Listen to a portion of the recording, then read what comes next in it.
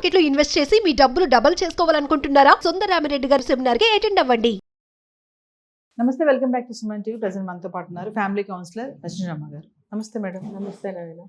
Madam, కుక్కట్పల్లిలో 10 దాటింది అంటే బండ్లు ఆపి కార్లు ఆపి కుక్కట్పల్లిలో అంటే అంత రద్దీగా ఉన్నటువంటి ఆ ప్లేస్లో కూడా అసాంఘిక కార్యక్రమాలు బాగా జరుగుతున్నాయి. మనం ఇవిడ చాలాసార్లు చేసుకున్నాం.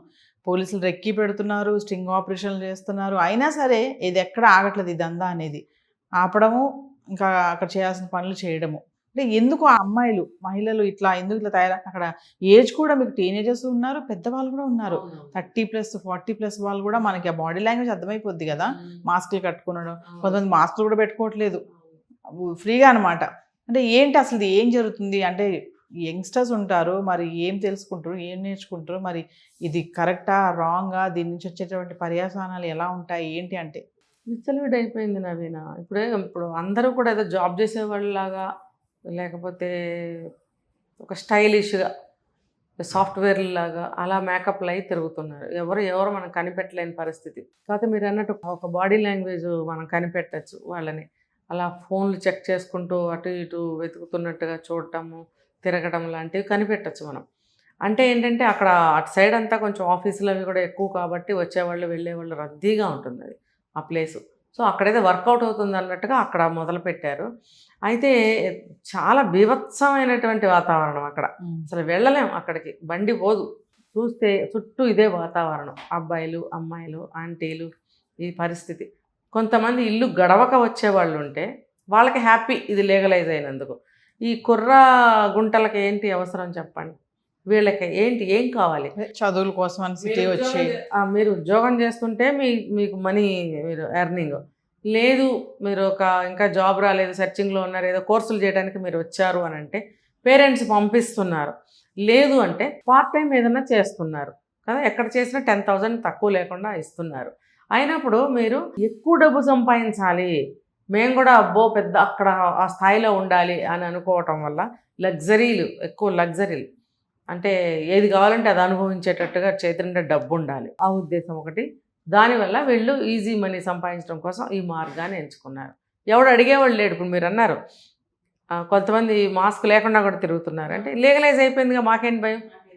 ఎవరైనా చూసినా ఈ పిల్ల ఏంది ఇక్కడ నుంచి ఉంది అని అనుమానం రాదు. ఎందుకంటే ఈ పట్టించుకునే స్థితిలో లేదు సమాజం.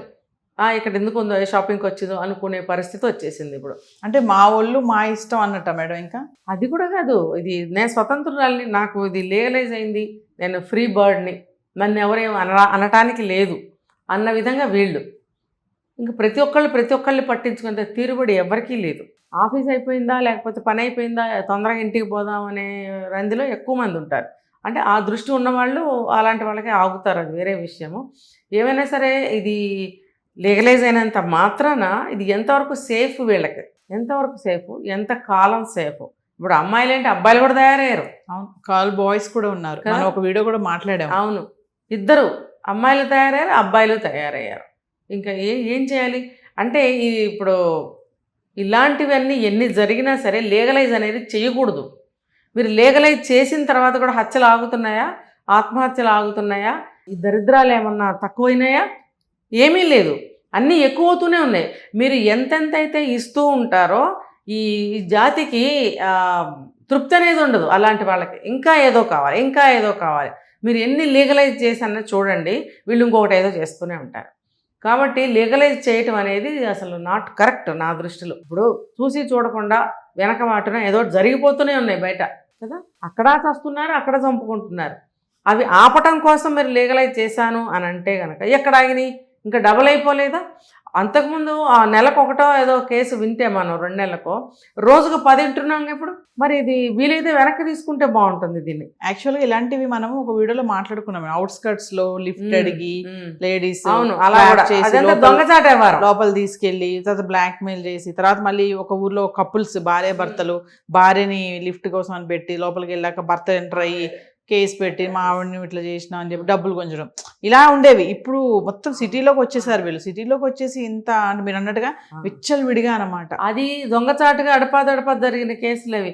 రోజు ఎన్ని జరుగుతున్నాయి, ఎక్కడ పడితే అక్కడే. మన స్టేట్ లేదు, పక్క స్టేట్ లేదు, ఇంకో దేశం లేదు, ఎక్కడా లేదు, అన్నీ ఎక్కువ అయిపోతున్నాయి. ఈ లీగలైజ్ చేయటం వల్లే కదా. ఇక్కడ ప్రేమిస్తాడు, అక్కడ పారిపోతాడు అమెరికా. అక్కడ పెళ్లి చేసుకుని పారిపోతాడో, పెళ్లి చేసుకోకుండా పారిపోతాడో, అక్కడ ఇంకొక అమ్మాయిని లవ్ చేస్తాడు లేదా పెళ్లి చేసుకుంటాడు. ఇక్కడ నుంచి దీంతో సాగిస్తూ ఉంటాడు. ఎందుకు చేస్తున్నాడు? ఇక్కడ లీగలైజ్ కాబట్టి, ఇక్కడ దీన్ని ఎవరు ఏమనరు కాబట్టి. మరి అక్కడ కుదురుతుందా? అక్కడి నుంచి ఇక్కడికి అలా కాదు. ఆ అబ్బాయి పేరేంటి, అవినాష, విజయవాడ అబ్బాయి, విజయవాడ అమ్మాయిని పెళ్లి చేసుకుని అమెరికాలో చంపేయలేదు. ఇక్కడ లవర్ కోసం ఎందుకు? ఇయో చట్టాలు వీళ్ళకి అనుకూలంగా ఉన్నాయి కాబట్టి ఇక్కడ ఏం చేయరు. అక్కడేం పీకుతారు పట్టుకొని. ఇప్పుడు 5 మిలియన్ డాలర్స్ ఫైన్ అంటే ఎన్నో కోట్లు మన కరెన్సీలో. అంత ఇప్పుడు జరిమానా కట్టాలి. కట్టినా సరే శిక్ష ఏం ఆగదు. బాగుంది వాడికి, ఎక్కడి నుంచి తీసుకొస్తాడు? వీళ్ళు ఆస్తులు అమ్ముకున్నా ఇవ్వలేరు. అర్థమైందా? బుద్ధి లేనితనం అనమాట. సో ఇవన్నీ ఇలా జరిగిపోతున్నాయి కాబట్టి ఏవైనా చేసినటువంటి ఇలాంటి చట్టాలను కొంచెం వెనక్కి తీసుకుంటే బాగుంటుందని నాకు ఎందుకో అనిపిస్తుంది. ఎందుకంటే మీరు ఎన్ని చట్టబద్ధం చేసినా ఈ నేరాలు ఘోరాలు ఇంకా పెరుగుతున్నాయే తప్ప తగ్గడం లేదు. కాబట్టి అవి కొంచెం వెనక్కి తీసుకుంటే ఇవి కొంచెం భయభక్తులు మళ్ళీ వస్తాయి జనంలో. అమ్మో మమ్మల్ని అరెస్ట్ చేస్తారేమో, మనం ఇలాంటి పని చేస్తే పరువు పోతుందేమో, అలాంటి ఆలోచనలు రావాలి. ఇప్పుడు పెళ్ళిళ్ళు చేసుకోపోవటానికి కారణం ఇదేగా. ఎస్, ఇంకా మాకు పెళ్ళి ఎందుకు? కడుపులు మోసి పిల్లలను కానీ పాలిచ్చి పెంచితే అమ్మో మాకొద్దు, మాకు అన్నీ జరిగిపోతున్నాయి. ఇంకేం డబ్బులు ఉన్నాయి, మొగుడు వచ్చేస్తున్నాడు, కొంత డబ్బు తీసుకుంటే ఇంకా నాకు మొగుడు ఎందుకు? కాబట్టి ఎవరు నాకు పెళ్ళొద్దు. అబ్బాయిలు నాకు పెళ్ళొద్దంటే కారణాలు ఇవే, అమ్మాయిలు పెళ్ళొద్దంటానికి సగం కారణాలు ఇవే, సగం కారణాలు చంపేస్తారేమో నన్ను కారణాలు. కాబట్టి ఇలాంటి లీగలైజ్ చేయటం అవసరమా? ఈ అమ్మాయిలు మరి వీళ్ళకి ఇవే తెలీదు. ఇప్పుడు నాకేదైనా దెబ్బ తగిలింది, నాకు దెబ్బ తగిలితే మా అమ్మ మా నాన్న చూస్తారులే అన్నట్టు నాకేదన్నా అయితే చట్టాలు చూసుకుంటాయిలే, ప్రభుత్వాలు చూసుకుంటాయిలే. కళ్ళు మూసుకుని బ్రతుకుతున్నారు వీళ్ళు, కళ్ళు మూసుకుని. అంటే మనిషి జీవితం ఒక బొమ్మ జీవితం చేసి పారేశారు. మనిషి అన్న తర్వాత ఎన్ని ఉంటాయి, ఎన్ని వస్తాయి, అవన్నీ బొమ్మకి రావు. కానీ నేను బొమ్మనే అనుకుని బ్రతుకుతున్నారు వాళ్ళు. రేపొద్దున ఏదన్నా వస్తే అనుభవిస్తారు వాళ్ళు, అంతే. Thank you.